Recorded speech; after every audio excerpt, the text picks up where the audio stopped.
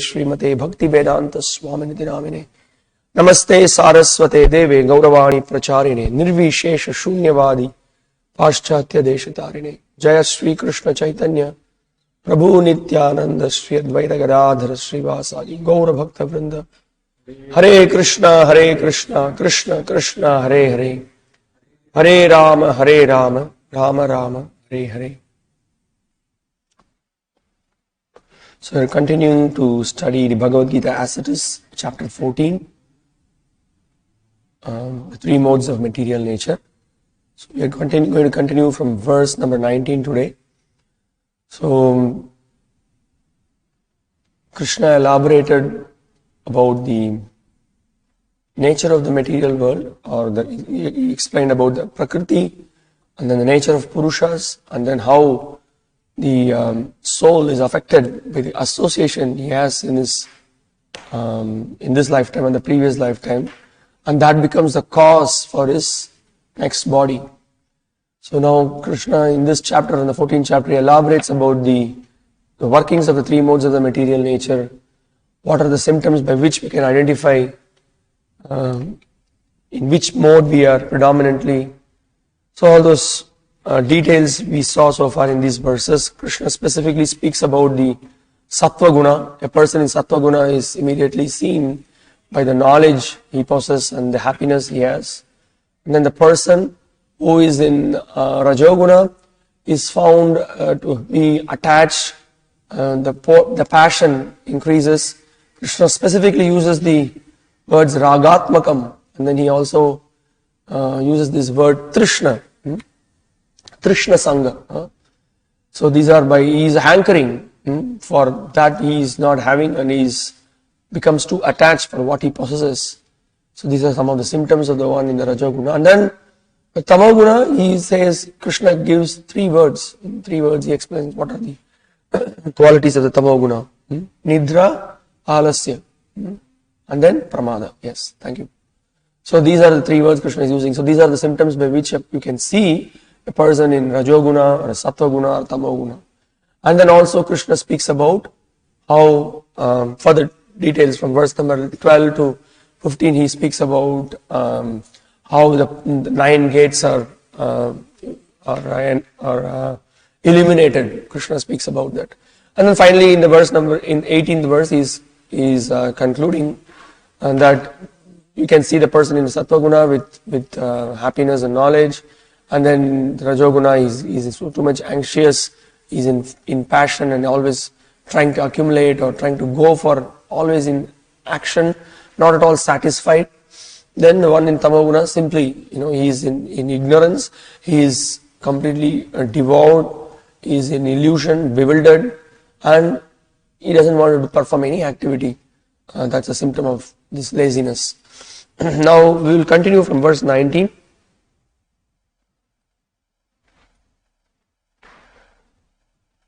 So this section, what we are going to see today, nothing is happening here. This section, what we are going to see today, so far we have dealt with the identifying the gunas and the characteristics of the gunas. Now the most important section that we are going to deal today, how to transcend the gunas, which we all want to know how to do that, because the gunas are so difficult to overcome. It traps us. And a person from any person in the material world, he is bound by these gunas. Now Krishna is going to elaborate on how one can transcend the gunas, and Arjuna is going to ask specific questions by which Krishna is going to show to Arjuna what are the internal symptoms by which we can identify, and how by external symptoms also we can identify the person who has transcended the gunas, and he specifically is going to give the process by which one can really transcend the gunas. Okay, text 19. Before I read the text 19, Srila Vishnu Chakravarti Thakur says, having spoken of birth in the material realm from classification of the gunas, the Lord now speaks of liberation by distinguishing the real self from the gunas in 2 verses. नान्यं गुणेभ्य कर्तारं यदा द्रष्टानुपश्यति गुणेभ्यश्च Gunebhyascha parang veti madbhavam sodhi.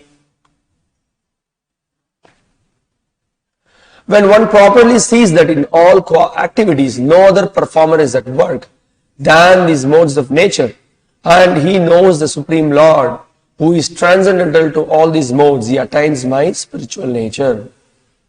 Now Krishna here points out, he says, Nanyam gunebhya kartaram, na anyam. Nothing else is involved in these activities. What are those activities?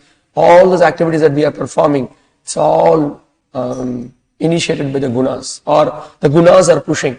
We may express the desire, but after the desire is expressed, it is all taken over by the gunas. And also, there is an influence on the desires also. Whatever kind of association that we have, whomsoever we are dealing with certain things, so all those impressions are there in the mind. Yadha drishtanu pashyati. So that's what, but a person who can see this, gunebhyascha param veti, it's all the gunas which is influencing. If he can see that, then that Krishna says that by this act one will be able to attain me. One will attain me. How? Because he is aloof from that activity. Because he says, actually gunas are taking over. Now let me not get implicated into this. So that's how his response is. Can you give me some water?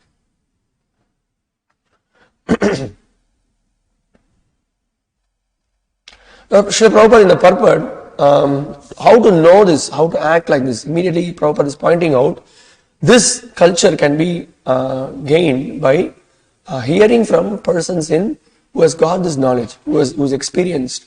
They are the spiritual masters or spiritual teachers, or who come in parampara. Prabhupada says, one can transcend all the activities of the modes of material nature simply by understanding them properly, by learning from the proper souls. If you remember, where was that? In the 4th chapter, or I think in the 7th chapter, right? When Prabhupada speaks about the gunas, Krishna says how to transcend. In the 7th chapter, 14th verse, Krishna explains that Daivi Esha Gunamayi Mama Maya Duratyaya. For gunas, Prabhupada compares it to the ropes. When someone is tied by the rope, one is completely tied by the rope, how he can help us to come out of our conditioned state. So Prabhupada is pointing out, learn it from the proper souls. Who are those proper souls that are being pointed out here? The proper souls are those souls who already transcended the modes. By hearing from parampara, they themselves have taken shelter of great personalities and now they are free from the modes. Now they can help us to come out of this condition.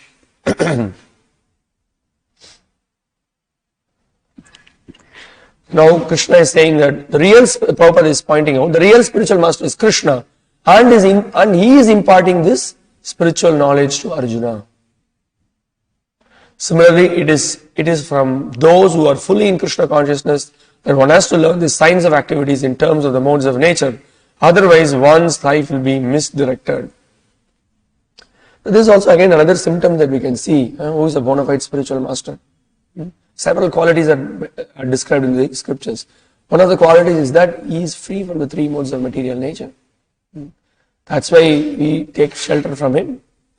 So because of his constant absorption in the service of the Lord, he has transcended the modes. And when we hear from him, we will also be able to transcend. We will see how it is.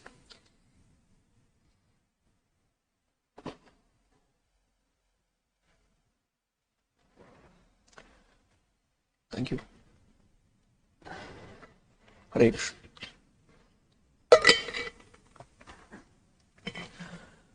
By the instruction of a bona fide spiritual master, a living entity can know of his spiritual position, his material body, his senses, how he is entrapped, and how he is under the spell of the material modes of nature. He is helpless, being in the grip of these modes, but when he can see his real position, then he can attain to the transcendental platform, having the scope for spiritual life. So this is what it is. When every day morning we sing, Chakudan Dilojay Janme Janme Prabhu Se. Why do we sing in front of Srila Prabhupada this? Because he has given this transcendental vision. We may not have realized completely, but at least we know what it is. We know the real story. We will see in the law, in Brahmanohi Pratishtaham purport, Prabhupada gives a summary, very important, we will read that. He gives a, like, sometimes you see the doctor give a summary report. Prabhupada gives a perfect summary report of our condition in the material world. Exactly what is our condition in the material world, what we need to do, the disease is diagnosed, the medicine or the therapy is also given. Simply we have to take it up. Follow the prescription given by Srila Prabhupada. Then we are very safe. So that's why we need the guidance of a bona fide teacher. For us to figure out on our own, very difficult. It's not possible. The simple reason is that we are under the modes. When we are under the modes, we cannot see. Sometimes we hear this, like when you are in front of the Himalayas, you cannot see the other side of it. Completely, it covers. So we heard in the previous chapter also the process of gaining knowledge. How do we gain the knowledge? And when we discuss several points, one point Krishna begins the process of knowledge with amanitvam and adambitvam. If we are proud and if we are very puffed up, what we are going to learn, how we are going to make any kind of progress. Even from the materialistic platform, even the material platform, if you want to learn some skill, you have to go to someone and then you need to be submissive to him. You should at least, this much knowledge you should have that this person is experienced, he knows what he is speaking about. But if you are very arrogant and if you are very puffed up, nothing you can learn.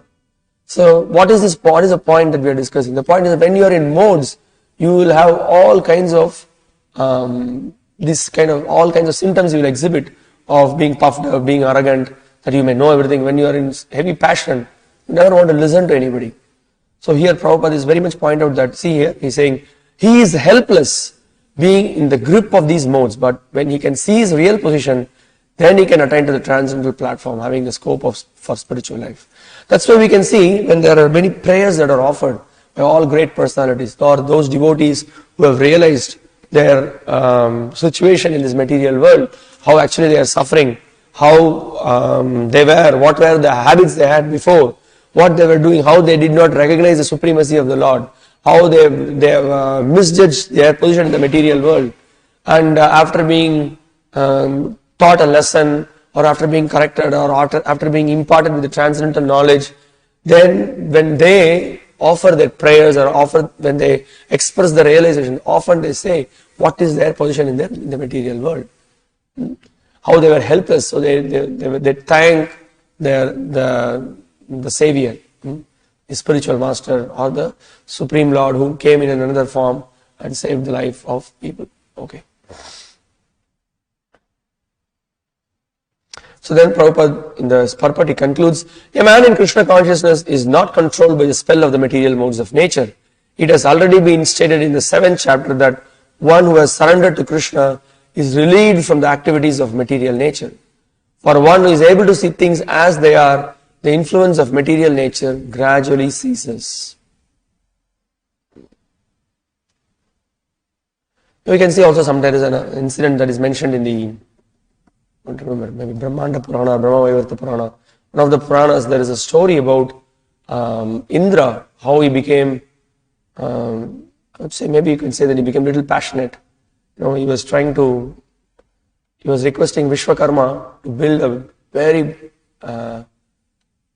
gigantic palace, specific construction. So Vishwakarma was trying to build the palace.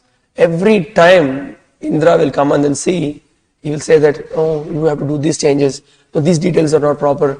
The time was just going on and on and on. Every time he will come and see, every time he will find something here. Oh, you can make this adjustment, that adjustment. It was just going on and on like this. Then Vishwakarma, at one point of time, he went to Brahma. Then he said, what is this? I'm not able to complete this at all. He's not at all getting satisfied. He is always coming up with some newer ideas. So what to do? So he said, don't worry. The only solution is Vishnu will take care of this. So the Lord, he came as a young boy, and then he showed, I'm just making the story very short. It's very interesting, very good lesson we learned from that.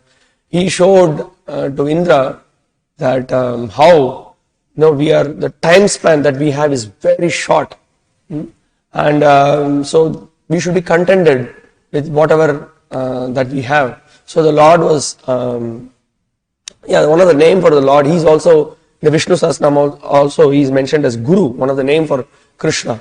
And then, there are some more names for the Supreme Lord who is in line with the name of Guru. Guru Sattama, so many names are given to. Any other name you remember? Guru Sattama. And then anything else? Huh? Yes. So Guru Sattama is another name. So these are all, Krishna himself comes and then gives guidance. So he advised Indra, he showed Indra that he was showing a lot of ants were moving. And he said that, you know what, these were all Indras before. A small boy is speaking to Indra, and Indra was, what are you speaking? Then he realized that, oh my goodness, yes, then he got the realization that, actually I am very insignificant. The point that I am trying to tell here is that when someone is in the modes, he cannot see things.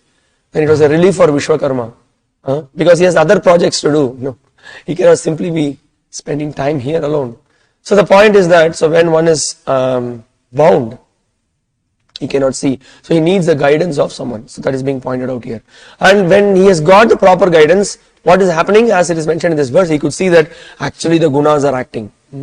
I should not be involved with this.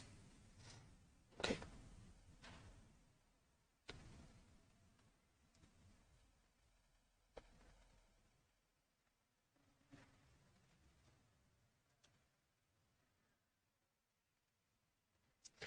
Sri Bhakti Devotional Prabhu also is pointing out the pure jiva filled with knowledge and bliss is not the agent of actions filled with sorrow, such as fighting and sacrifice. When he sees that he is endowed with body and senses made of the gunas, and thus understands that the doership of those actions is fixed in the gunas, not in the pure Atma, because the motive for action is in the gunas, he attains freedom from samsara, or he attains my supreme bhakti, mad bhavam. Okay. Text 20. How one can stay in the transcendental position even in this body, in full Krishna consciousness, is explained in this verse. Gunan etan atityatrin dehi dehas samudbhavan janma mrityu jara dukkhair vimukto mritamashnute. When the embodied being is able to transcend these three modes associated with the material body, he can become free from birth, death, old age and their distresses, and can enjoy nectar even in this life. Gunan etan atityatrin. Atitya means one who can transcend. Gunan etan atityatrin dehi deha samudbhavan. So the one who is embodied, he can transcend these gunas. He can become free from janma, mrityu, jara, dukkha. The previous chapter we heard janma, mrityu, jara, vyadhi, jara, dukkha. Vimukto amritam ashnute. Vimukto amritam ashnute. So by that, by transcending, he is experiencing the nectarian life, the real happiness. Even simply also, even by common sense also we can understand. Let's say when we are heavily tied up, we are tied up, and then we are not able to breathe properly also. Somebody has removed us from everything. And then how do you feel? You feel such a relief. It's a relief, you can relax, you can move, you can. So when a person has come out of the effect of the three modes, he is experiencing the real nectar, amritam. So specifically this, for the devotee, it is not that he just simply, the nectar he experiences by engaging in devotional service, not that he is sitting and then he is just simply doing nothing. No, for the devotee is completely different. He is experiencing bliss every moment by engagement in devotional service. You see, Prabhupada in the purport immediately is pointing out that he is saying that he can enjoy the happiness of spiritual life even in this body, because after living this body, he is certainly going to the spiritual sky. But even in this body, he can enjoy spiritual happiness. In other words, devotional service in Krishna consciousness is the sign of liberation from material entanglement. And this will be explained in the 18th chapter. When one is freed from the influence of the modes of material nature, he enters into devotional service. That's what. So generally the conception is that when we are free from the modes, then we do, aram se, no aram se. No, that you just relax, you work hard for pleasing Krishna, and by that you will get a real bliss. That's the happiness you derive. So that's being explained here. Even in this body, one can transcend the modes and then he can be happy. That is being discussed. Now let's go to text 21. Arjuna is going to ask some questions which will trigger Krishna to give answer how one can see the symptoms of being in the gunas and also how one can transcend the modes. Text 21. Arjuna vacha kairlinga strin gunan etan atito bhavati prabho kim achara katang chaitans trin gunan ativartate. So Arjuna inquired, O my dear Lord, by which symptoms is one who is transcendental to these three modes? What is his behavior and how does he transcend the modes of nature? Kair lingais trin gunan. Linga here refers to symptoms. Trin gunan are the three modes. Atito bhavati prabhu. How he can cross over. Kim acharaha. What are his behavior? What are his activities? Katam chaitam trin gunan. How one can overcome. So these are the three questions that is being asked by Arjuna. Prabhupada in the purport, he points out how one can understand that he has already transcended the influence of the modes of material nature is the first question. Second question is that the second question asks how he lives and what his activities are. Are they regulated or unregulated or non-regulated? Then Arjuna inquires of the means by which he can attain the transcendental nature. That is very important. Prabhupada here you see how he speaks about the importance of it. Unless one knows the direct means by which one can be situated always transcendentally, there is no possibility of showing the symptoms. So all these questions put by Arjuna are very important and the Lord answers them. Now, is there any questions like this which was asked before? You remember? Any questions asked like this before?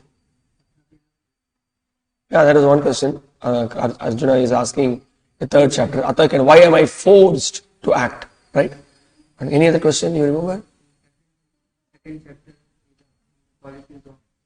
Yes, Tita Pragnascha Kabasha. Yeah, he was asking us those questions. Now here his questions are very specific. You will see here. Acharyas are immediately discussing that. This is the same question asked in chapter 2, Stita Pragnascha Kabasha. However, out of the extreme desire to know, Arjuna asks again. One question is, by what symptoms should one understand the person beyond the gunas? So now he's very specifically he's asking now to know more about how one can transcend the gunas. So that is being pointed out by the acharyas. Okay, let's go to the answers that Krishna discusses. Shri Bhagavan Uvacha. Prabhuji. Is it live? Okay. Shri Bhagavan Uvacha Prakasham cha pravritting cha moham eva cha pandhava na dveshti sampravrittani na nivritani kankshati udasina vadasino gunairyo na vichalyate gunavartanta ityevam yo vatishtati nenghate samadukka sukasvasta samaloshtasmakanchanaha tulya priya priyo dhiras tulya nindatma sanstutihi manapamanayo's tulyas tulyo mitrari pakshayoho sarvarambha parityagi gunatita sa uchyate.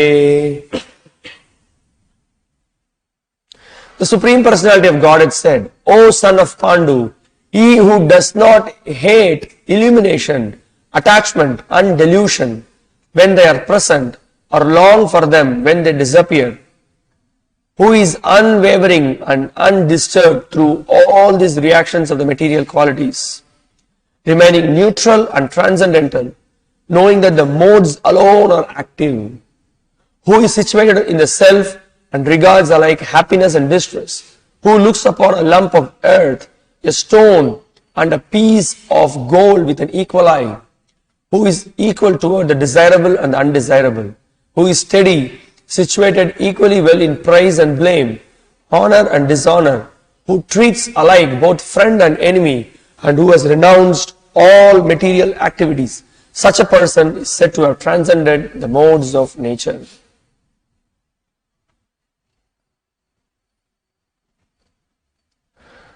So now Krishna is answering the first question regarding what are the symptoms by which we see a person who has transcended the modes. And then he goes on to, the remaining verses, he goes on to explain about the second symptom. What are the activities by which we can see him? What are those activities which will make us understand? So let's see what Srila Prabhupada says. Krishna first indicates that a person transcendentally situated has no envy and does not hanker for anything. When a living entity stays in the material world, embodied with the material body, it is to be understood that he is under the control of one of the three modes of nature. When he is actually out of the body, then he is out of the clutches of the material modes of nature. So the point here Srila Prabhupada is making is that when we are on the bodily concept of life, immediately we understand that we are bound by the three modes. But when we have come out of the bodily concept of life, then immediately we can see that we have transcended the modes. When one is conscious of the material body, he acts only for sense gratification. But when one transfers the consciousness to Krishna, sense gratification automatically stops. Atendriya priti vancha thare bali kam. Krishnendriya priti cha dhare premana. So when we are trying to satisfy our senses, that is called as kam, and we are engrossed in bodily concept of life. But we have to overcome this. That is a symptom when you can see a person in the bodily concept of life. Now, further Prabhupada goes on to discuss in this purport that actually we do not need this material body. But since we are conditioned, we are in the body, but even we are in the body, we can act not according to the bodily demands. How do we do that? We will see that.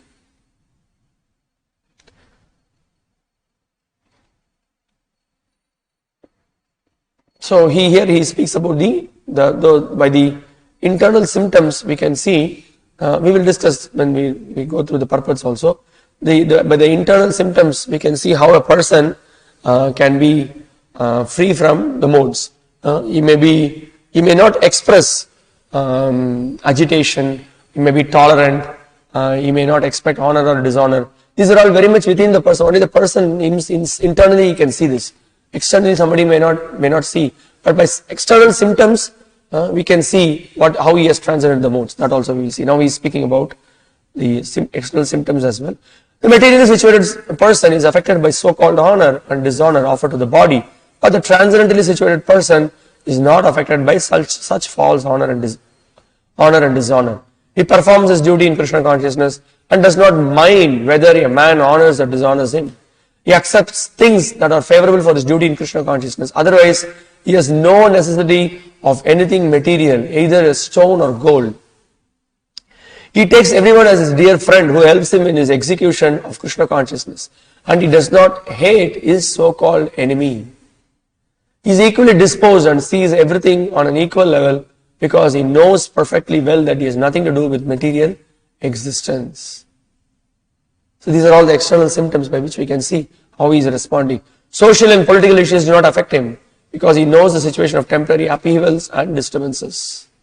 He does not attempt anything for his own sake. He can attempt anything for Krishna, but for his personal self, he does not attempt anything. You can just immediately think of Srila Prabhupada, how he was in Mayapur. Once their devotees were suggesting that now we have this Prabhupada Samadhi, that big building. Prabhupada in the initial days, there was a hut, you can see, he used to go, this 24-hour bhajans goes on, simple hut is there, where there is also the deities of Gaur-Nita, they worship. So Prabhupada used to stay there, and when they told Prabhupada that we want to have a big, building for you, Prabhupada was not actually so much interested. Then devotees said that actually we want to have this big building because we want devotees to know about you, people to know about you. In that way they know about the entire parampara. All the parampara acharyas will be glorified. The 6 Goswamis will be glorified. So when Prabhupada was given this explanation, he said that then you can build it. Prabhupada gave the guidance. So that's how they are, for their personal interest, he is of no, he doesn't care for that. But when it comes to the glorification of the Lord and his pure devotees, he is very much concerned. For that, he will accept whatever honor you give, he accepts. And even if somebody speaks ill, he doesn't bother them. These are the external symptoms by which we can see how much a person has transcended the modes. And then from Bhagavatam also we can see some instances. One thing that comes to my mind is about Bharat Maharaj, when he was like Jada Bharat. He was so much insulted. He didn't bother at all. In fact, he took that as an opportunity to save the life of Raghugana. No, that's what happened, right? So there was no need for Jada Bharat to give all those explanations. Then he explained the transcendental science of Krishna consciousness, how we are in this body, we are spirit, soul.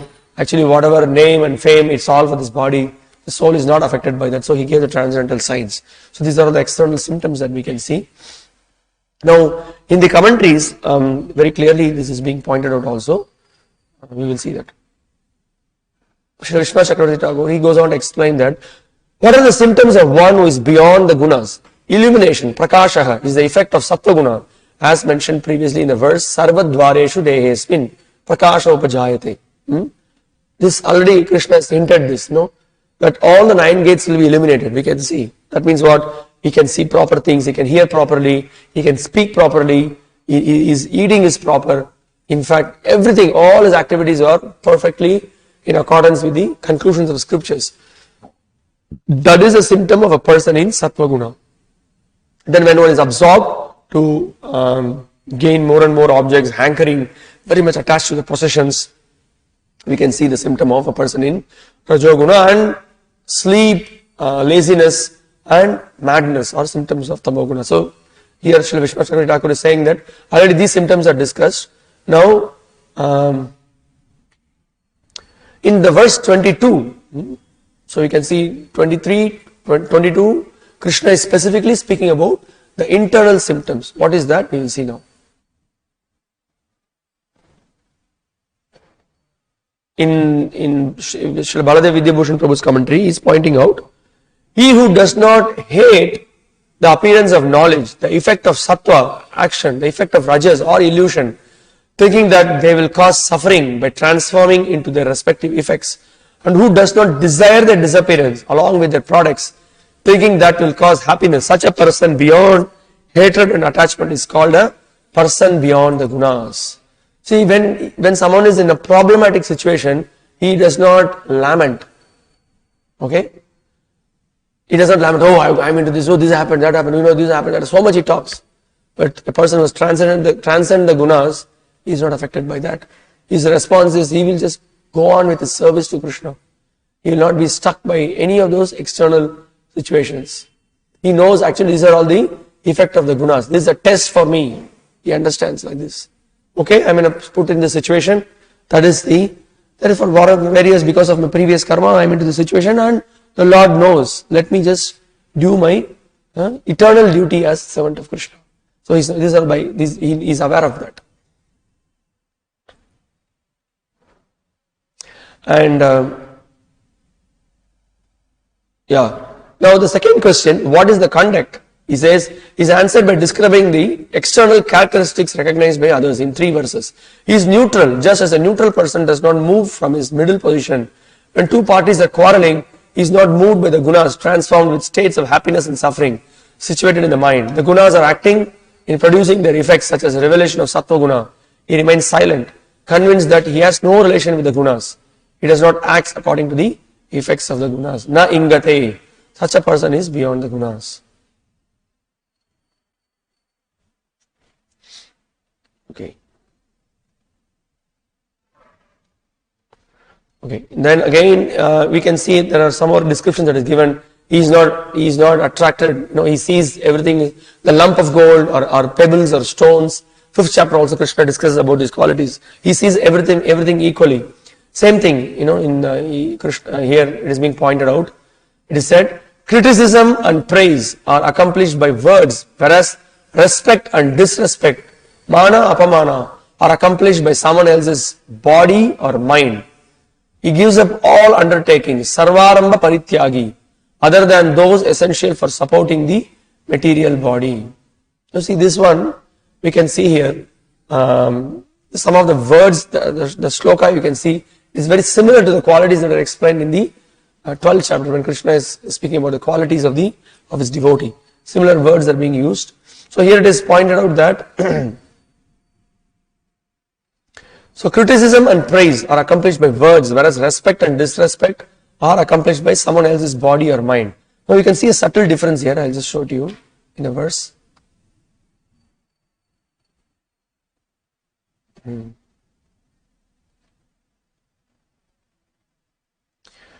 Yeah, here you can see Tulya Nindatma Samstutihi Manapamanayos Tulyas Tulya Mitrari Pakshayoho. And in the translation you can see here. Sometimes you may wonder when you just peacefully read, when you just quickly read, you may see everything is one, but there is here he sees for subtle difference acharyas are pointing out. He says here, who is steady is situated equally well in praise and blame, honor and dishonor. Sounds very similar, no? Praise and blame, honor and dishonor. So here it is being pointed out that praise and blame are with respect to the words, and then honor and dishonor are with respect to the mind. That is being pointed out. I can show you the commentary.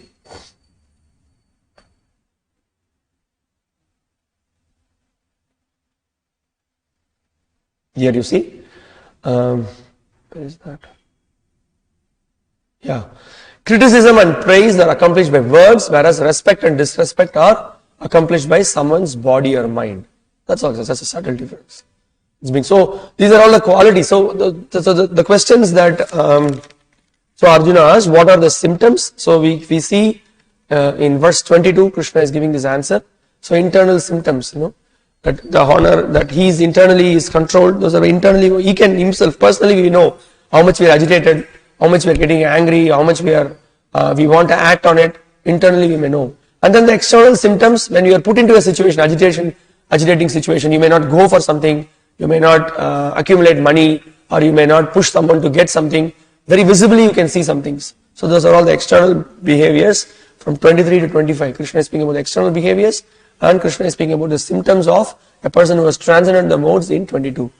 So now these are the symptoms by which we can identify. Now the third question Arjuna is asking. What is the third question? How to transcend these gunas? So these are the very important section of this entire chapter of the Bhagavad Gita. How to transcend these gunas? What is the process one has to take up? Practically what one has to do to transcend the gunas, that is being discussed now. Text 26. Mam chayo vyabhicharena bhakti yogena sevate sagunan samadhityaitan brahma bhuyaya kalpate. One who engages in full devotional service, unfailing in all circumstances, at once transcends the modes of material nature and thus comes to the level of Brahman. So here, mamchayo vyabhicharena, or here, see, this word is very vyabhichari, avyabhichari, one who is not, one who is pure. So the pure, without fail, Prabhupada is translating, avyabhicharena. That means what? Unfailing in all circumstances. All the time, 24 hours a day, 24/7, 365 days. The natural constitutional position of the soul, avyabhicharena bhakti. One should engage, sevate, one should engage in the Lord's service. Mam here refers to Krishna. Then, if one does that, what is the consequence of it? Sagunan samadhityaitan. That in that way, one will be able to cross over the gunas. Then he becomes fixed in Brahman. Brahma bhuyaya kalpate. Or he says, attains the level of Brahman. So we need to understand these things properly. Okay. Now, the secret of not falling down. Prabhuji, how to not fall down is discussed here. So many people, sometimes people have so much discussion, that devotee fell down, this devotee fell down, he was so many years practicing, he was a sannyasi, he was this, he was that. Now here Krishna is revealing the secret of not falling down. Very simple and a very powerful solution he is giving. He is explaining, Prabhupada is making a point here. he says that one should not be disturbed with the activities of the modes of nature. Instead of putting his consciousness into such activities, he may transfer his consciousness to Krishna activities. Krishna activities are known as Bhakti Yoga, always acting for Krishna. Always acting for Krishna. Easily said, that is what we need to do. Very simple sutra, but always acting for Krishna. This includes not only Krishna, but his different plenary expansions such as Rama and Narayana. We will read further. He has innumerable expansions. One who is engaged in the service of any of the forms of Krishna or of his plenary expansions is considered to be transcendentally situated. What does that mean? Forms of Krishna means, any of the forms of Krishna means what? Nrsimha, Rama. Is that form of Krishna? See here what Prabhupada is speaking. Look at it carefully. Any of the forms of Krishna or of his plenary expansions. So what does it mean? Yeah, Krishna as Shyama Sundara, Vasudeva Krishna, Krishna in Dwaraka, it refers to that. And then his plenary expansions, the Vishnu Tattvas. Then comes, as you said, Rama, Nrsimha, all those forms. So it doesn't matter, any form you worship, then you immediately transcend the modes. Prabhupada is pointing out, one should also note that all the forms of Krishna are fully transcendental, blissful, full of knowledge and eternal. Some fools, they point out, don't show me the photo of Krishna having the flute. What a foolish person, huh? Just by Krishna playing the flute, he will just remove all our inauspicious, the situation of inauspiciousness. Just by looking at the form, by hearing Krishna's words, Krishna's instructions. That is a way to come out, But this is Kali Yuga, that you complicate your life. The solution is offered and then you don't want that. Okay, let's focus back on the purport. The Prabhupada is saying that all the forms of the Lord are equally potent and very powerful.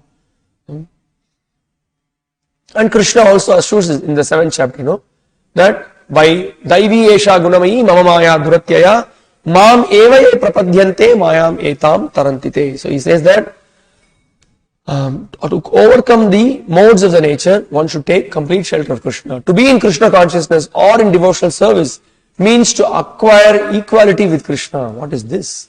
Acquire equality with Krishna. So let's try to understand. Prabhupada very nice, immediately he clarifies what he is speaking. Equality with Krishna means what? And he says, the Lord says that his nature is eternal, blissful and full of knowledge.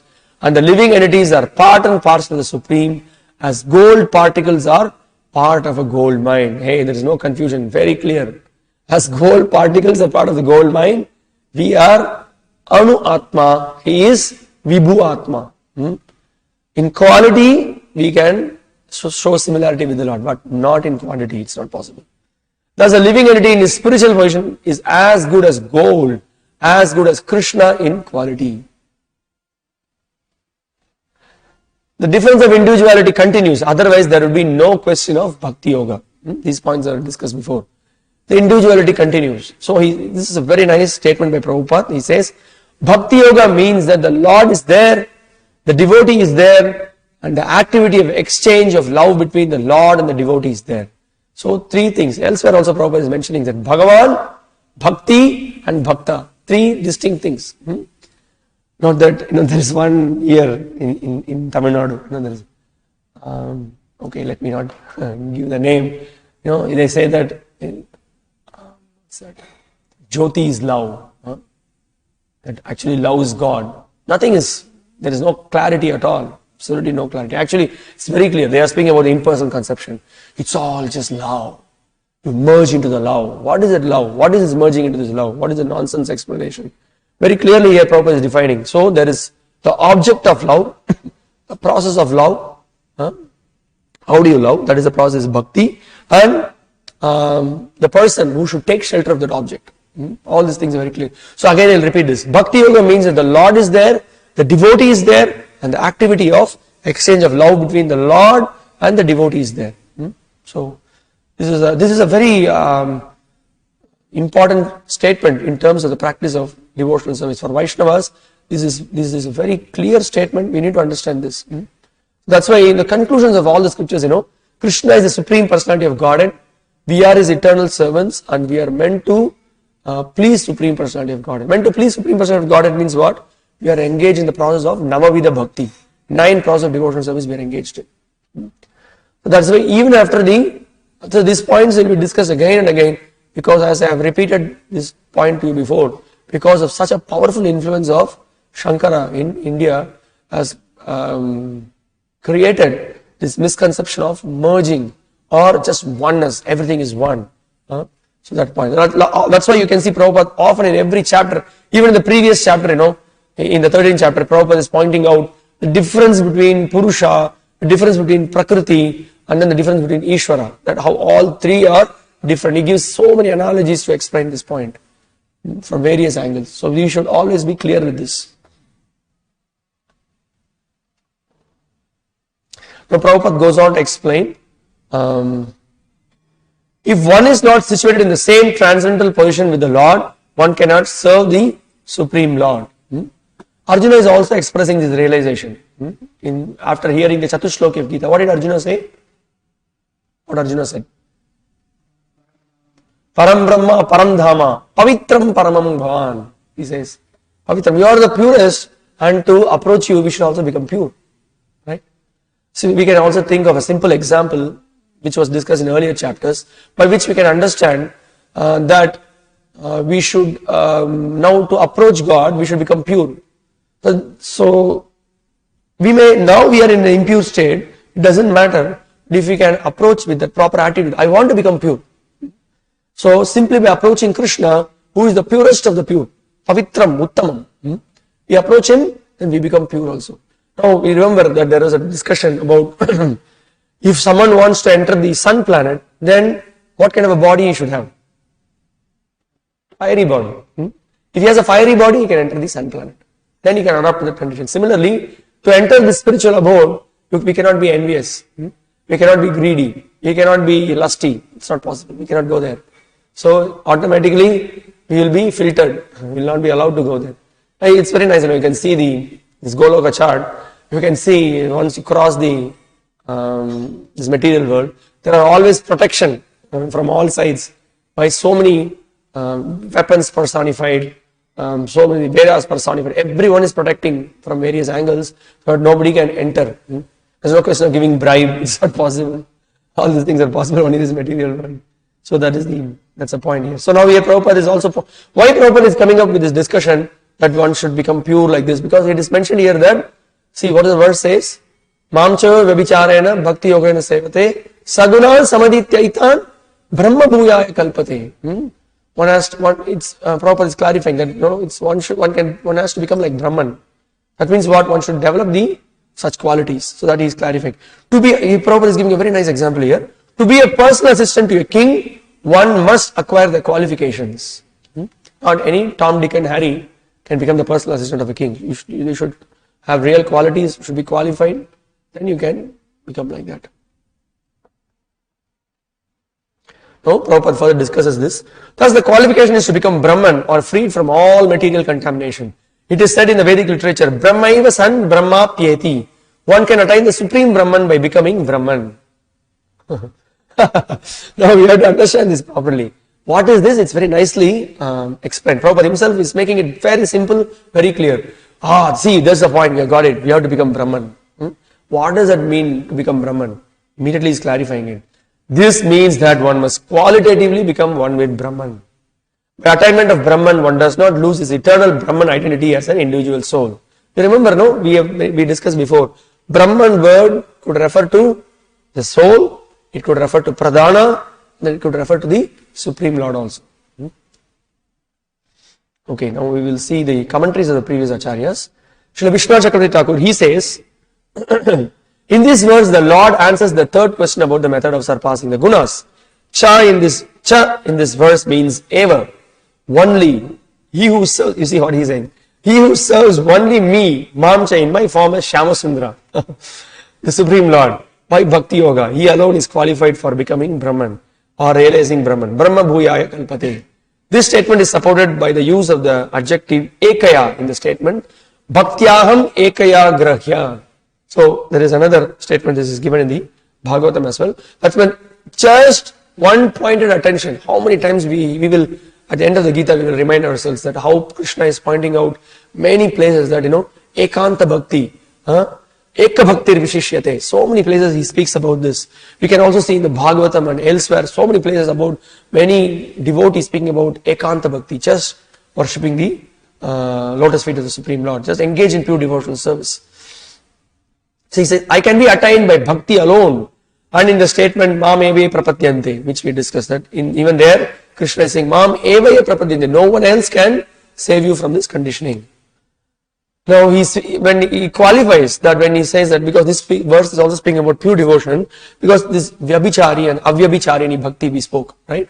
So what is this avyabhicharini bhakti? He is speaking about it. So he is explaining. It should be without deviation, avyabhicharena. That means it is without the mixture of karma, jnana or relevance. Because there are statements rejecting nishkama karma and statements rejecting jnana by jnani. So karma and jnana are rejected in pure devotional service. Jnanam cha mayi sanyastet. One should surrender that jnana to me. The Bhagavatam, in the 11th canto, Uddhava Gita, it is being explained. But there are no statements about the rejection of bhakti yoga anywhere. Very interesting, no? He says, you see, Krishna is saying that reject this jnanam, to give up this jnana and give it to me, surrender to me, he says. But nowhere you can see in the scriptures that give up this devotion, it has not said. Just as he has previously given up karma yoga, the jnani surpasses the gunas. There is no other means. However, the ananya bhakta, see, you can see in other processes, you have to give up. So now for someone goes to the process of jnana, he has to give up karma. And from someone goes from jnana to other level, he has to give up that process. But bhakti, you see, from beginning to end, sadhya and sadhana. What is after practicing bhakti, what do you attain? We again engage in more bhakti. That's why sometimes somebody is some very beginner, sometimes is asking, Prabhuji, now I'm chanting 16 rounds of Hare Krishna Mahamantra. But when I go back to Lord's abode, then also should I chant 16 rounds? What a foolish question. Nobody is asking that. Chanting will lead to, what is the effect of chanting? It will lead to what? We are chanting Hare Krishna. That will lead to what? You keep chanting Hare Krishna. Chant Hare Krishna. Continuously keep chanting Hare Krishna. What will be the consequence of it? It's not a very difficult question. Purification of heart. What will you do after purification of heart? More chanting. This is the point. By chanting Hare Krishna, you will chant more. That's why Prabhupada also says that you see how these devotees are just chanting the same Mahamantra again and again, again and again. They never get tired. So this chanting is eternal. There is no end to this. Because the Lord is unlimited, His holy names are unlimited. The bliss derived from that is also unlimited. So that is the point here that is being mentioned. Bhakti, because once you surpass the gunas, then that's when we are in the conditioned state, we may not be able to relish it so much. But when we cross over the conditioning, that same thing becomes completely nectarian. Remember the example of sugar candy for a person who was with the disease of jaundice. Okay. So here the Bhagavatam verse, here Vishwanath Thakur is pointing out, Satvich karako sangi ragandho rajasa smritaha tamasa smriti vibhrashto nirgano madhupashrayah. A worker free of attachment is in the mode of goodness. A worker blinded by personal desire is in the mode of passion. And a worker who has completely forgotten how to tell right from wrong is in the mode of ignorance. Perfect. All the three gunas, whatever that we discussed, is summarized here in this one verse. And then, but a worker, nirguno mad apashrayah. But a worker who has taken shelter of me is understood to be transcendental to the modes of material nature. Again, you can see it's being confirmed. One who takes shelter of Krishna, one who engages in his transcendental service, then he can become nirguna. That means what? He does not have any qualities. No, he can transcend the three gunas. That is the point. In fact, we will see, it's not that he has given up the qualities, he develops all the good qualities that the Lord possesses. Sri Baladev Vidibhushan Prabhu, he will in his commentary will point out that, you remember 2 or 3 days back we discussed about the 8 qualities of the Atma. Atma has got some 8 qualities, which are the qualities which are similar to the Supreme Lord. Those qualities he develops, he says. Now in this commentary, he is pointing out what Sri Sridhar Swami is also saying. Sri Sridhar Swami also says that cha gives the meaning of limitation, only. So cha, only, this is the one and only process. Okay, now we'll see how Prabhupada is also commenting on the same line as Srila Baladevi Devotional Prabhu. It was shown previously that the word Brahma can mean the Jiva. Accordingly, by the topmost powers of Bhakti, which inherently distinguishes the Jiva from God, the Jiva realizes his Swarupa. By Bhakti, one does not attain a disappearance of the Swarupa of the Jiva through merging with Brahman. Nice point, no? By engaging in Bhakti, we are Swarupena Vyavastitihi. We are again reinstated in our constitutional position. Spiritual senses are there. We are not able to identify ourselves with spiritual senses because now we are covered. The moment you engage in devotional service and get purified, you will be able to be in a blissful state, being awakened of our spiritual senses. The real spiritual body will be awakened. So that is being pointed out here.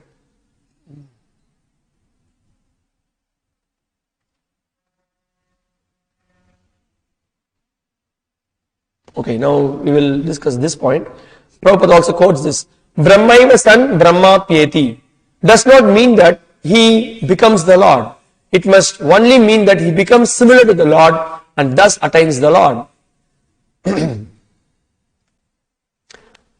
Vishwa Prakasha says that Eva can mean resemblance, similarity as well as exclusiveness. See, they are not just whimsically writing something. They are giving a very clear reference saying that similarity is also another meaning for Eva. That's being pointed out.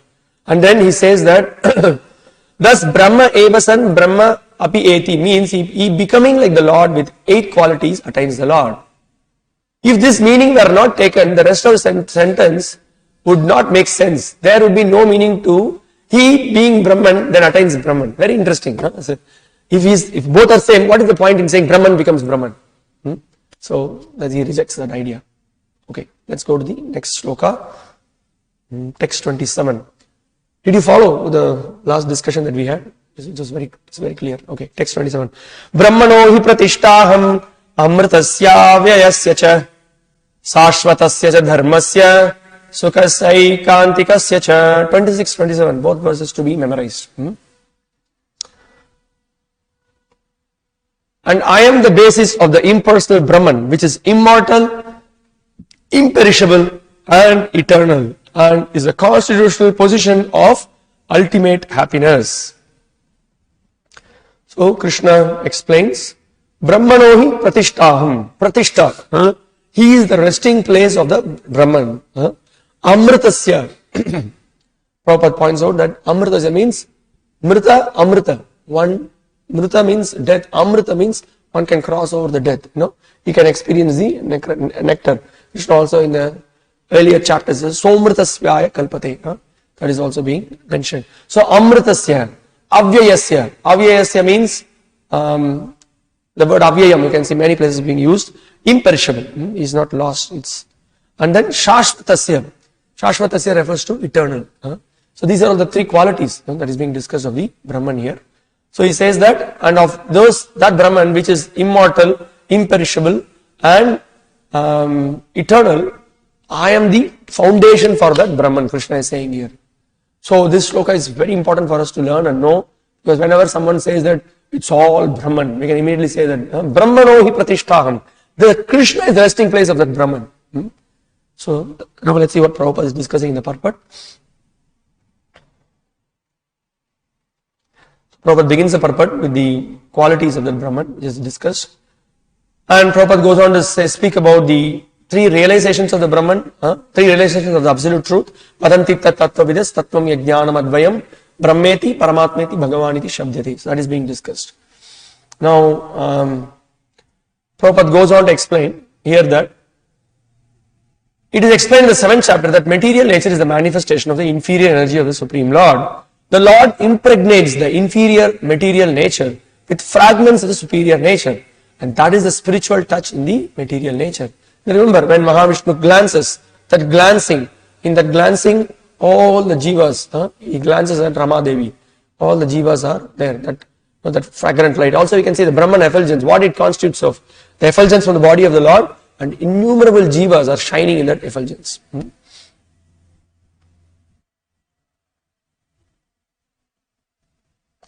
So now, Prabhupada goes on to explain in the purport that when a living entity conditioned by this material nature begins the cultivation of spiritual knowledge, he elevates himself from the position of material existence and gradually rises up to the Brahman conception of the Supreme. This attainment of the Brahman conception of life is the first stage in self-realization. This we have discussed before. So first stage is the Brahman, Sat feature. We are able to experience only the Sat feature, the eternity of the Lord. Okay.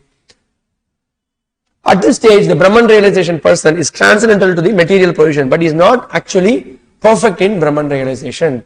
If he wants, he can continue to stay in the Brahman position and then gradually rise up to the Paramatma realization and then to the realization of the Supreme Personality of Godhead.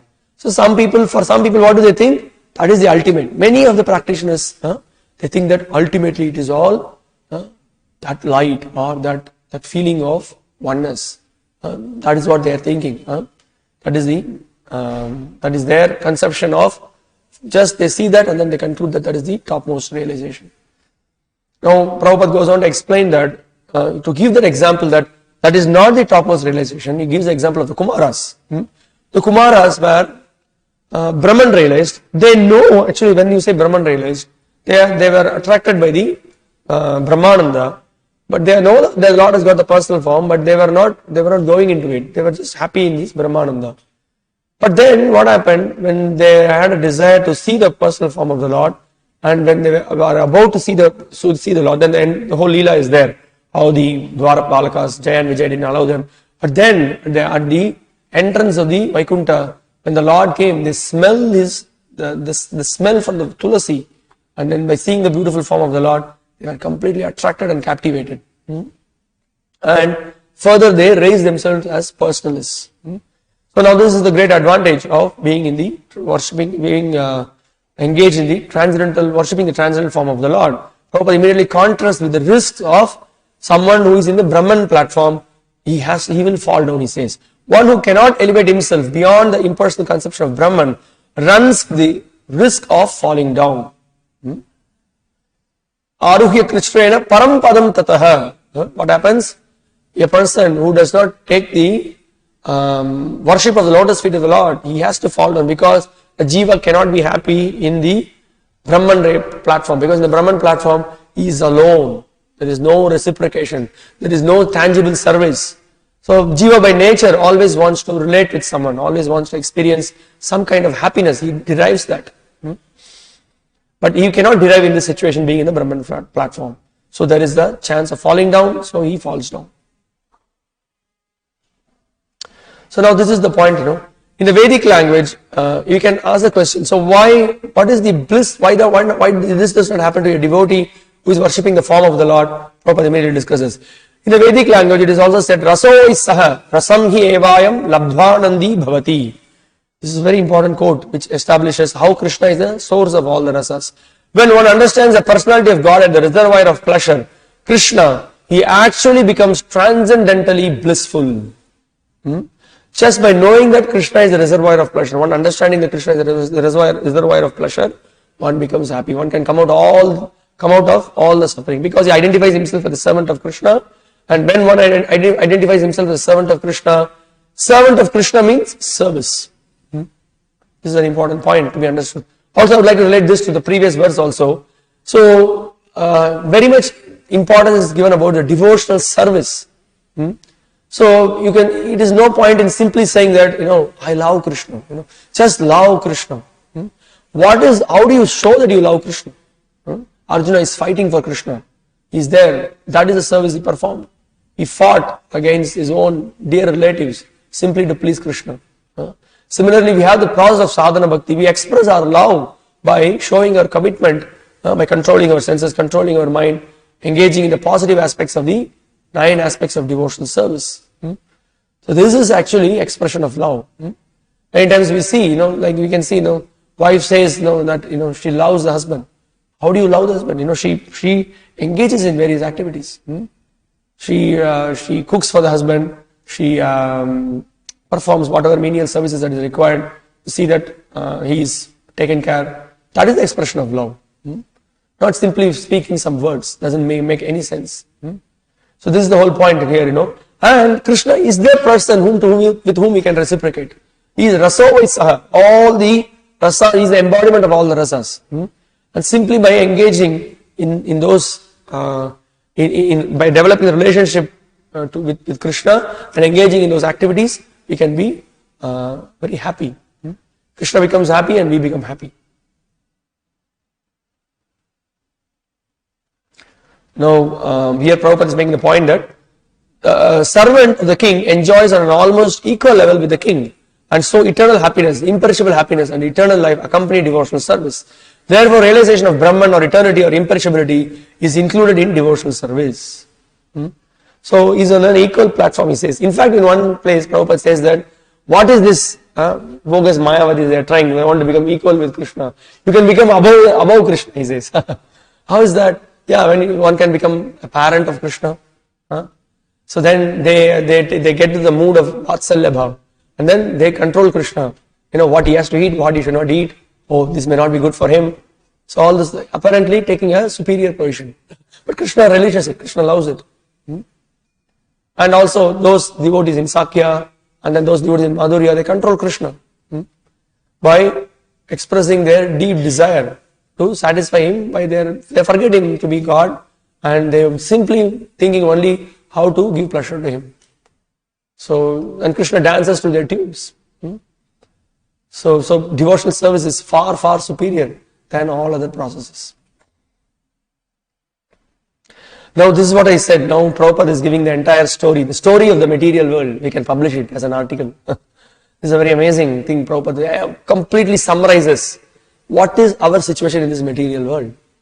And what is our situation? What we should do to get out of it. The living entity, although Brahman by nature, has a desire to lord it over the material world, and due to this he falls down. Please listen carefully. So nicely sums it up. In his constitutional position, a living entity is above the three modes of material nature, but association with material nature entangles him in the different modes of material nature: goodness, passion, and ignorance.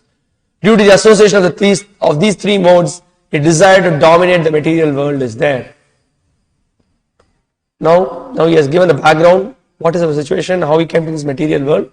Now he is giving the solution, how we can come out of it. By engagement in devotional service in full Krishna consciousness, he is immediately situated in the transcendental position and his unlawful desire to control material nature is removed. See how he is putting unlawful desire, he is saying. Unlawful desire to control material nature is removed. Why it is unlawful desire? People in the material world, they want to right royally enjoy this material world. But here he says unlawful. Because the dharmam tu sakshat bhagavat pranitam. What Krishna says, that is dharma. That is law. But here all the laws that we try to follow is all our cooked up laws. For us, what we feel that is right, we want to do. That's why he says that unlawful desires. Because by those desires, we get locked up. We transgress the law. That's why we came to this material world. Who is in the prison? Who has transgressed the law? So those who is in the foothills of the air car, who is engaged in some criminal activities. So we are in the material world because we went against the wishes of the Lord. So that's why Prabhupada is pointing out like that. Okay. Therefore, the process of devotional service, beginning with hearing, chanting, remembering, the prescribed 9 methods for realizing devotional service should be practiced in the association of devotees. Gradually, by such association, by the influence of the spiritual master, one's material desire to dominate is removed and one becomes firmly situated in the Lord's transcendental loving service. See, this is what happens now in the life of a devotee. Gradually, that great desire to dominate is getting reduced. We can see, we can think of our life itself. When we were, before we came to Krishna consciousness, so many things we were engaged in. We were going to the hotels, we were going to some movies, we were going to some sports, always watching TV. And then slowly we came in touch with some devotees, and then slowly started to come for the Sunday program. And then, so we could see, actually we can see, we can take a picture of, we'll have our past picture and we can see our picture. Sometimes very difficult to relate. Somebody may have long hair, somebody may have different big beard, all modern dresses we will be wearing. Then gradually you can see that morphing. You can see the morphing of picture. Then one will have, suddenly the mush will go away, the beard will go away. There is gradually from Tripundra, there could be tilak, but there could be some chandan, there could be nothing in the forehead, and some crazy hairstyle, everything gradually, at least externally, we are molded. Then internally, molding is also happening. 4 regulative principles we begin to follow. Then gradually, all the times we expect recognition in the material world. But when gradually we come in association, we hear the Bhagavatam, we hear the Gita, then we don't want to be recognized. We always want to identify ourselves as Gopi, Bhratya Padakamalayur, Dasa Dasa Anudas. So many songs we can see. Srila Narottam Das Thakur also, he always identifies Dasair Anudas. In his songs, he concludes like this, I just want to, my dear Lord, I'm your servant of the servant of your servant. That's how he identifies himself. So, this is the transmission that happens. This is the transgression that happens from our situation being conditioned. We go to the situation of now being in our constitutional position and trying to give pleasure to Krishna. So that's how Prabhupada very nicely summed it up here. All these things happens by the mercy of the spiritual master. Under his guidance, we are being trained how to see, how to respond. Everything we learn by coming in touch with devotional service. And so Prabhupada further he continues. Gradually by such association, by the influence of the spiritual master, one's material desire to dominate is removed and one becomes firmly situated in the Lord's transcendental loving service. This method is prescribed from the 22nd to the last verse of this chapter. It's amazing, how much this desire to dominate, desire to get fame and name, when one becomes a pure devotee, what a transformation it happens. Just remember this example of Anantacharya, one of the Sri Vaishnava Acharyas. He gives an example how a devotee acts. If you think about it, it's amazing, See now, when you prepare food, make nice preparations, you go and then give it to someone, call somebody for some function or some feast or whatever, and they say, oh, amazing preparation, so nice, wonderful, that particular preparation, you put this, you put that, very nice. Nobody will ever say that, the proportion of salt, you put, that is really amazing, that is really wonderful. Nobody's going to say that. So like that, Anantacharya, he says that a devotee is like that. Nobody will know that, how much salt is there, how the salt, because without the salt, it's not going to give the taste. Similarly, a pure devotee, he does so many things, but he never wants to put himself in the front. He is so silent. He just performs the activities. He never keeps himself in the front line. Sometimes we also see, sometimes that's why also when we serve prasadam also, sometimes you see the person who is serving prasadam is very silent. He's not the center of attraction there. There will be guests are there. They are conversing very happily, jubilant, so many things they are speaking. But here, the person who is serving silently is he's taking care of their needs and everything.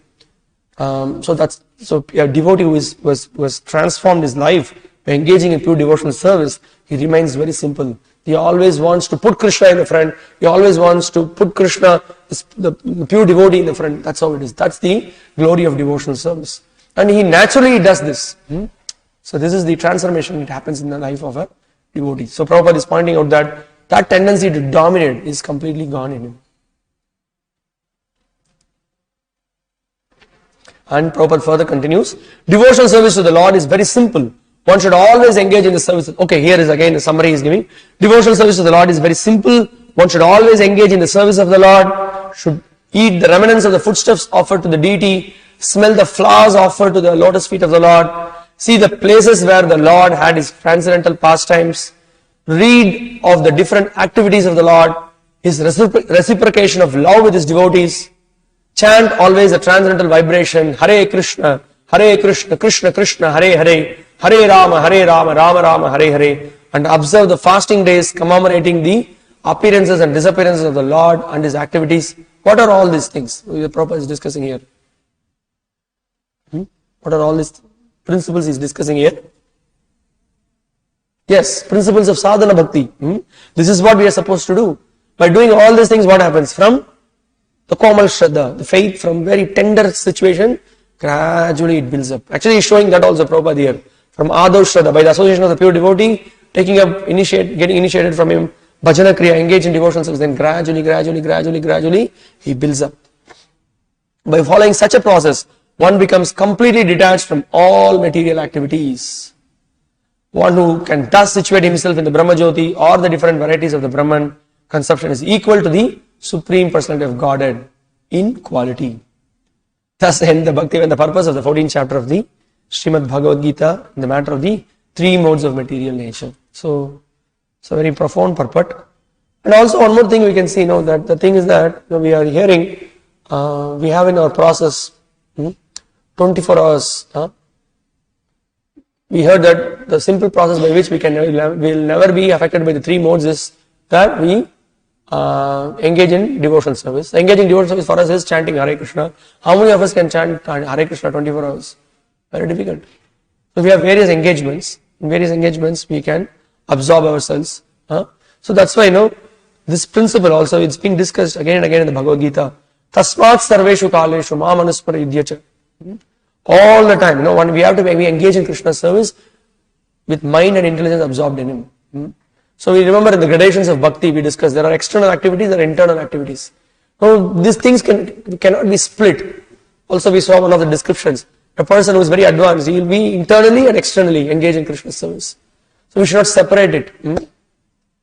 So we have book distribution, we have preaching, we are building temple, so many activities are there. While doing all these activities, simultaneously we think of Krishna. Simultaneously. That's why both the programs should go in parallel. Now, I will just continuously only do service. I will not come for Bhagavatam class. I will not come for Mangalarti. I will not chant my rounds. But I will do heavy service. But this will not go for a long time. Why? After some time, that's the nature of this material world. Familiarity breeds contempt. We feel sometimes bored after some time. Why? Because we are not hearing regularly. And then, simply, only chanting, only just reading, that's also, that can also be done, but this is what our founder Acharya, Srila Prabhupada, he himself set an example. He said, work now, later samadhi. When one devotee said that, Prabhupada, now I have done quite some work, now I want to retire. Prabhupada said, you may retire, but I cannot retire, he said. My Guru Maharaj has given me a great task.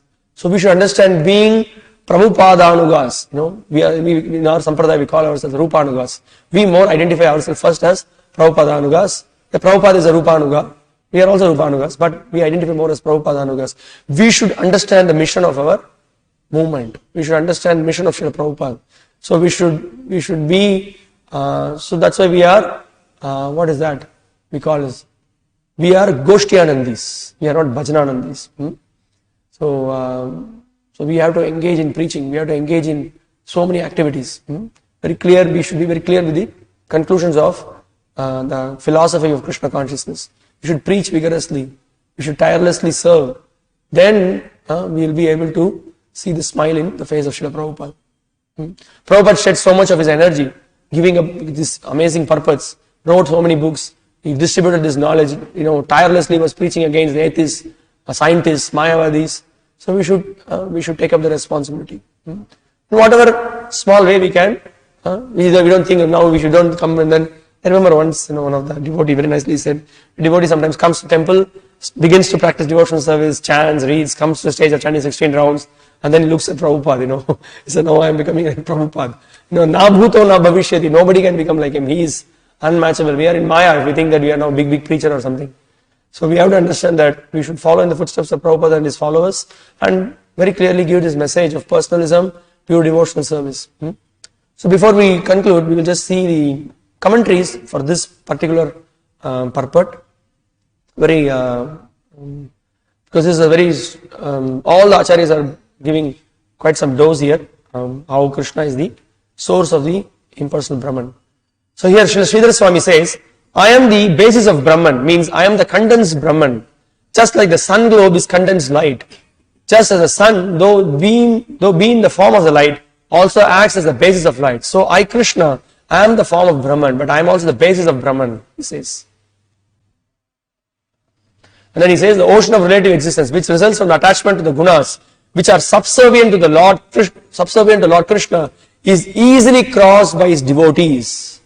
So, easy way of crossing. So Sridhar Swami says, the easy way to cross over this ocean is to take complete shelter of Krishna, engage in devotional service. Now, Srila Vishnu Chakravarti Thakur, he is pointing out, but why would your devotees attain the impersonal Brahman, which happens only for those who realize oneness with God? He is raising a question. That is because I am also the basis of that famous Brahman. Since I am the supreme basis of everything, the meaning of Pratishtha is shelter, that upon which something is standing firmly. So as this also is the meaning used everywhere in the Shrutis, such as the description of the Annamaya Purusha in the Taittiriya Upanishad. And I am the basis or shelter of nectar. Does this mean the nectar of Swarga?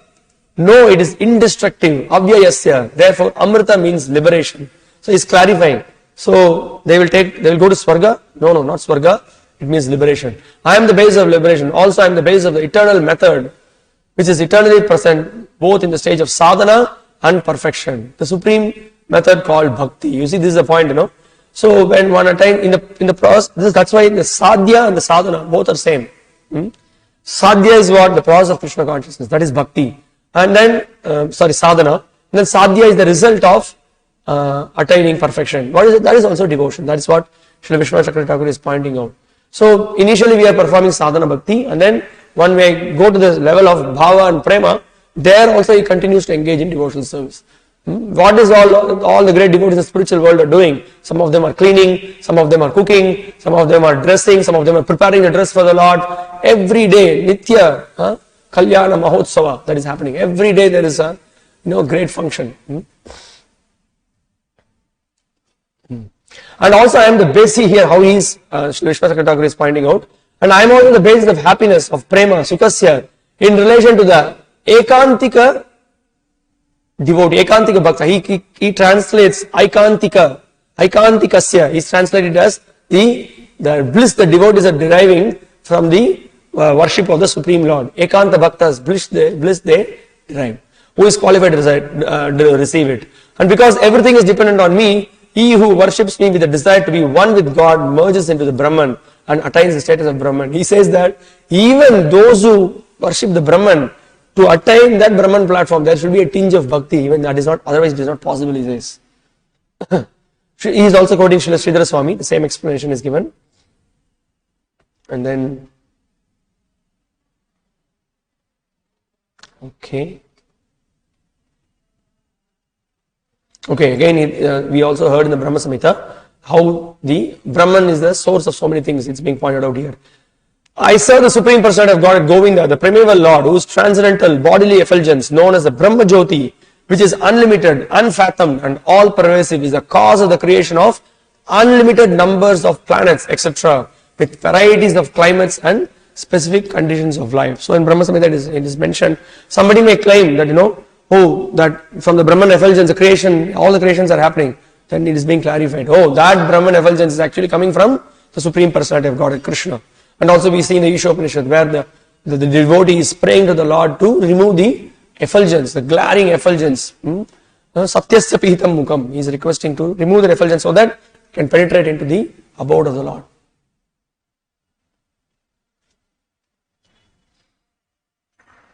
Okay, then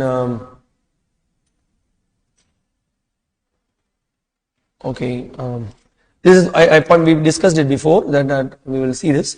Here Srila Baladevi Devotion Prabhu is pointing out, these are the excellent results from that surrender.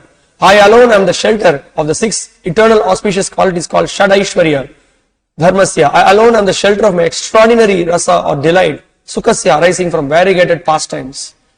He takes complete shelter of me alone for experiencing my intensely blissful form, its splendors, and my pastimes. So, why that is being mentioned here? That's why Prabhupada is quoting that Krishna is the source of all the rasas. Devotees are so happy engaged in service because he is the source of all the rasas. Raso Vaisaha. One remains in samsara by combination with the Gunas. One becomes liberated by surpassing the Gunas. This is the attained only by devotion to the Lord. This is the knowledge from the 14th chapter. So how the Gunas bind us and how Gunas one can get delivered from the Gunas by taking shelter of the Supreme Lord. All the acharyas are pointing on the same thing. Now there is a very unique explanation that is given by Srila Madhvacharya. So he says this. So before even we will read that, we will try to understand what he is pointing out. See, we discussed in some of the earlier verses also that how the creation happens. So the Supreme Lord Mahavishnu, he is glancing at Ramadevi. Also we say that there is Pradhana. In the Pradhana, when it is agitated, it becomes Mahat Tattva. So Pradhana is actually, what is a Pradhana? Pradhana is represented, the shadow potency of Ramadevi or Lakshmi, we can say. Her expansion is only Durga. Okay. So that is, so he says that Brahma Bhuyaya Kalpate means becoming beloved of the Lord like the Chit Shakti or Sri Devi, Lakshmi. Again, not to the same extent, for Shastra says that no one can be dear to the Lord. So he says, Brahma Bhuyaya Kalpate, meaning that one attains, one becomes like Brahman. That means he is clarifying that one becomes so dear like Lakshmi. And then he says that nobody can become dear like Lakshmi, but that's the qualification where devotee becomes very dear to the Lord. Also we see in the Bhagavatam there are verses, in Uddhava Gita there are verses which says that how a devotee is so dear. The comparison is given that nobody can become so dear. My devotee is so dear to me even more than Shankara, Lakshmi, Balaram, like that there are some descriptions. Well, that's another topic to discuss. So we will stop here. If you have any questions, comments, realizations, anything, welcome.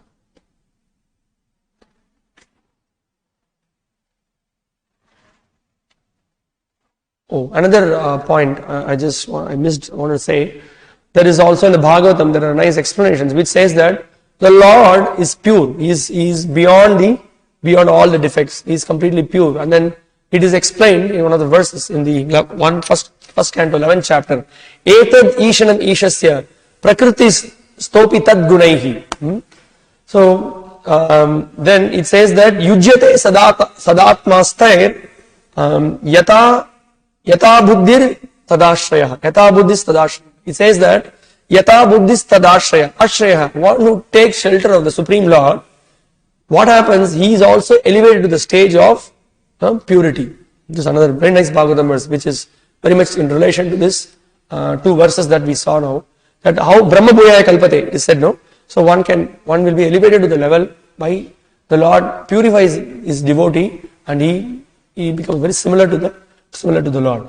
And also Prabhupada in one of the lectures is pointing out that now we see the example, he gives the example of Tulasidas, in one of the songs or in one of his works, he is pointing out how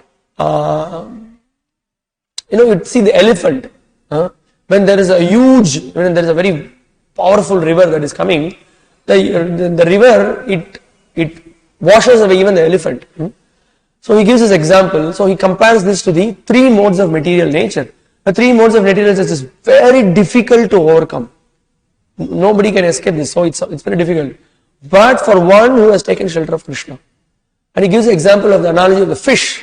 But the fish, when there is a huge river, fish is so small, but the elephant is so big. But the elephant cannot withstand that heavy waves that is coming. But the fish, what it does? It swims through it, goes through it, no problem. Nice analogy, it's a very nice point. So he says that similarly, we may be very, very tiny, but if we take shelter of Supreme Personality of Godhead, then we can overcome the conditioning of this material world. So we have a hope. The hope is the holy name. Hope is the devotee shelter. Hope is engagement in devotional service. So then, this is the point, then we have to, everything should be taken in one, it's a whole package. Now, Prabhuji, I tried, it's not you give it up and then go. Keep trying. That's why Acharyas are giving the solution. Utsahan, Nishchayat, Dhairyat. Don't forget this formula.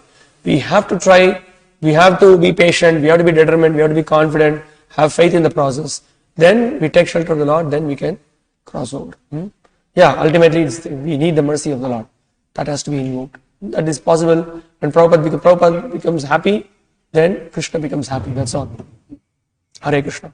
Srila Prabhupada ki jai. Bhagavad Gita as it is ki jai. Hare Krishna. So tomorrow we will begin with the 15th chapter. Hare Krishna. Just to remind you, please, every day, in bits and pieces, please.